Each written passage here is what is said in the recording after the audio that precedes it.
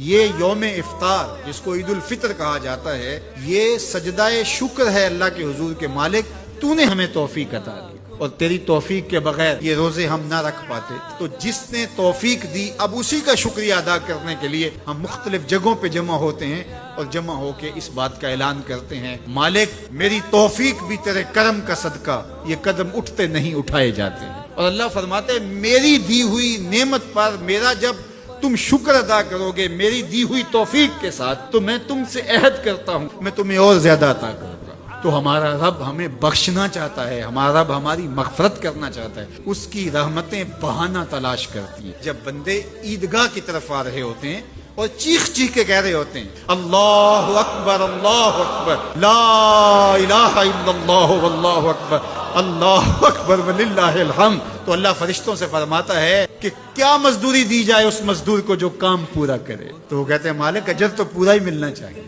تو فرمایا یہ چیخ چیخ کے جو مجھے پکارتے ہوئے آ رہے ہیں میں نے ان کو بخش دیا۔